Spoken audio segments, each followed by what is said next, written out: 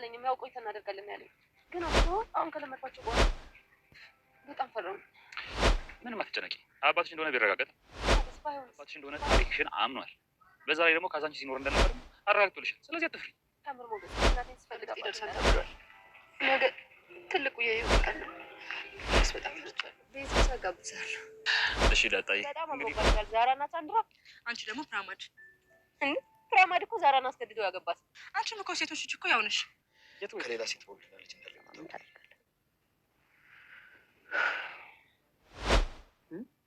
እፈታሻለሁ። ዳጣ እንግዲህ የዲኤንኤ ምርመራ ለማስኬድ ከአባቷ ጋር ተስማምታ ነበረ። ይሁን እንጂ በዛሬው እንግዲህ ከ3 ቀን በኋላ ዲኤንኤ ምርመራው ይወጣል ተብሎ ተነግረዋል። ዳጣ በዚህ የተነሳ በጣም ተጨንቃለች። ምክንያቱም እስካሁን ተለማመቻቸው የነበሩት ቤተሰቦች ናቸው ብዬ የተቀላቀልኳቸው ሰዎች ቤተሰቦች ባይሆኑስ የሚል ግምትና ጥርጣሬ ስላላት በጣም ፈርታለች። እንዲሁም ደግሞ ከጭንቀቷ ብዛት የተነሳ ሞገስን ደውላ እባክህና አንዳንድ ነገሮችን አማክረኝ ደብሮኛል በማለት እንግዲህ ደውላ ጠርተውም ነበረ።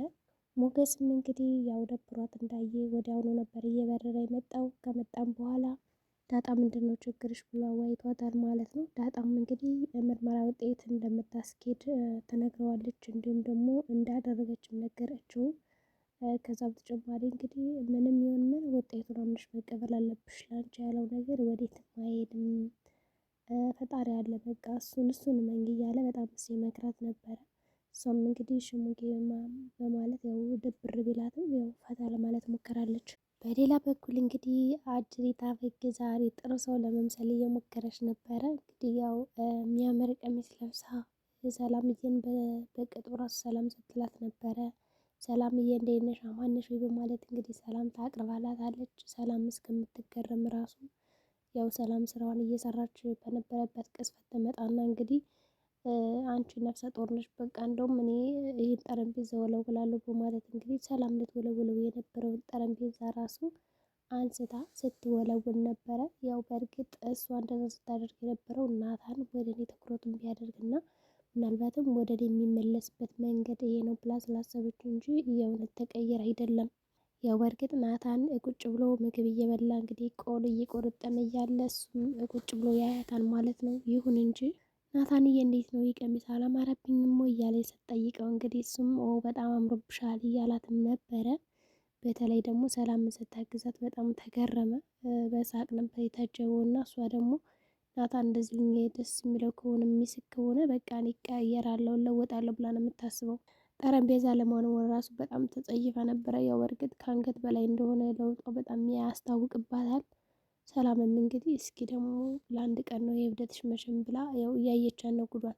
እንግዲህ ጠራረገች፣ ወደ ውስጥ ሄደች። ከዛ በተጨማሪ ደግሞ ያው ተመልሳ መጣችና ወደ ሳሎን ቁጭ አለች እና ናታንዬ ወደ ውጭ ሊሄድ ነበር አብረኸኝ አትሄድም እንዴ ትለዋለች ማለት ነው። እሱ ደግሞ ምን ችግር አለው እሄዳለሁ ይላታል። የእውነትም የተቀየረች መስሎት እሺ በቃ ፖርታዬን ላምጣና እንውጣ በማለት እንግዲህ አበጌም ትወጣለች ማለት ነው። ከዛ ቤት ከወጣችም በኋላ እንግዲህ መንገድ ላይ ከዳጣ ጋር ይገናኛሉ። ወዲያው እንግዲህ ያው ባህሪዋ ብስጭት ይላል።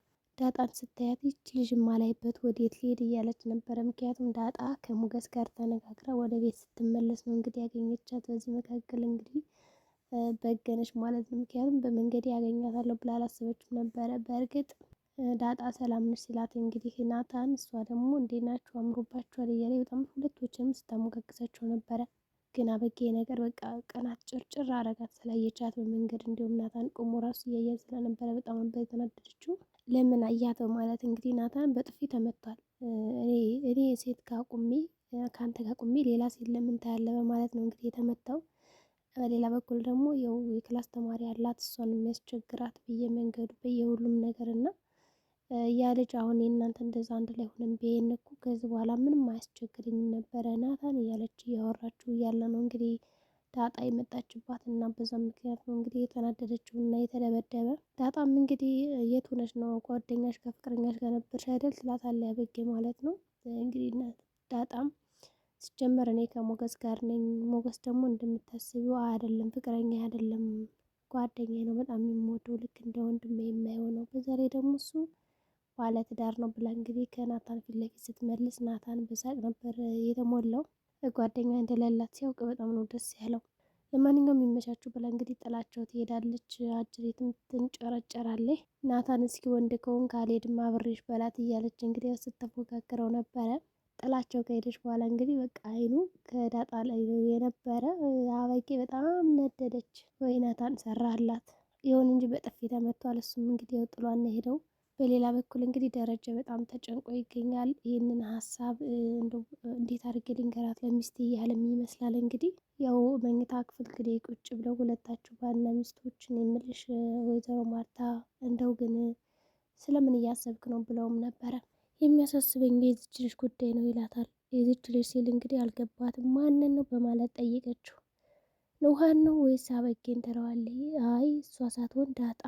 እንግዲህ ማርታ ምንድን ነው ያለችው? ታዲያ አንተ ምን ቤት ነህ የምትጨነቀው? ልጅ አይደለች በቃ እኛ ቤት አስጠግታት እየኖረች ነው። ስለዚህ ምን አገባ ነው ያለችው።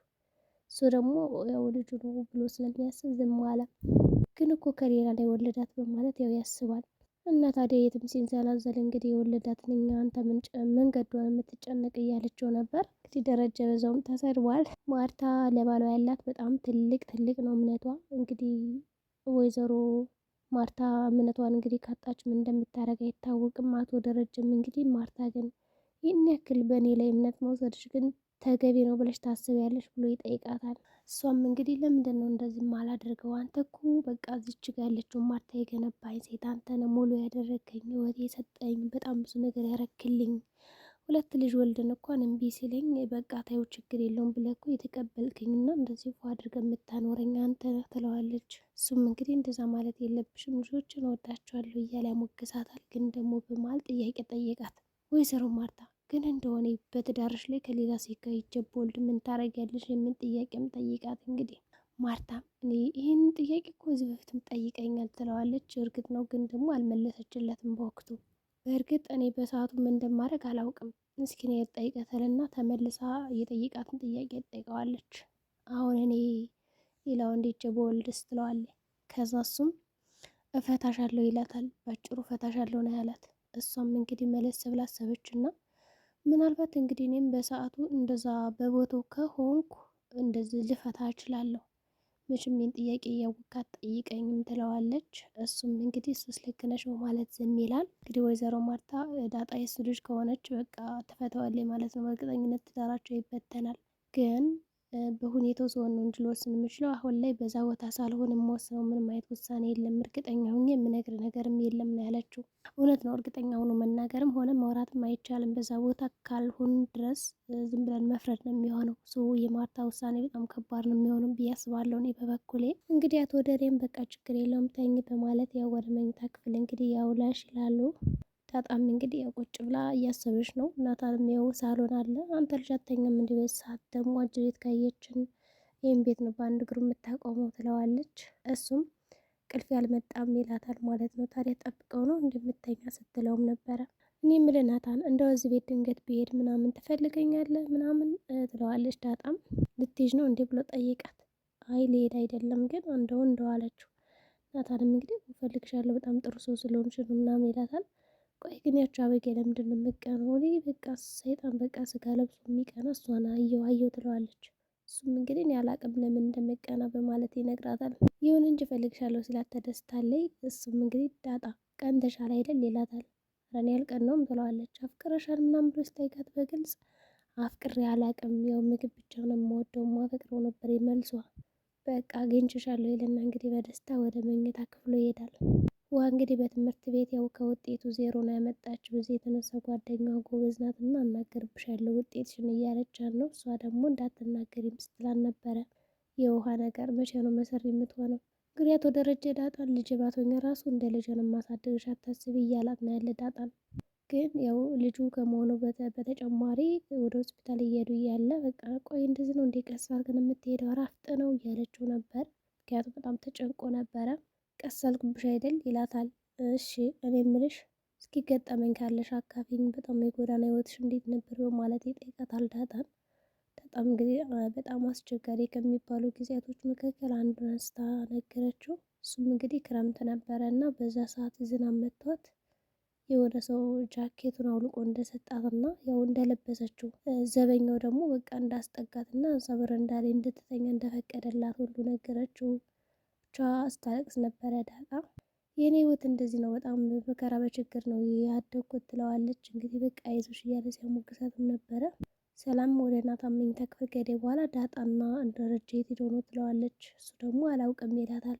ሰላምም እንግዲህ እኔ የምልህ በቃ እነግርሃለሁ እያልኩ እስኪ ስለ ዳጣ አጣራለች፣ ስለ ቤተሰቦቿ ስለምን ትላለች። እንግዲህ ናታንም ለምንድን ነው ማጣራት የፈለግሽው ሲላት በቃ ዝም ብለህ ጠይቅልኝ ነው ያለችው። እንግዲህ ሊጠይቅላት ይችላል። በመጨረሻም እንግዲህ ከአባቷ ጋር ናት የሄደችው ሲላት በቃ ደውላና ያለችው፣ ግን ዳጣ ደግሞ ስልክ እያነሳች አልነበረም። አቶ ደረጀም ወደ ቤት ጥሏት መጥቷል። እሷ የት እንደሆነች አይታወቅም። ሁሉም ደንግጠዋል። የዛሬው ቪዲዮአችን እንግዲህ እንመስል ነበር። በቀጣይ ቪዲዮ እስከምንገናኝ መልካም ጊዜ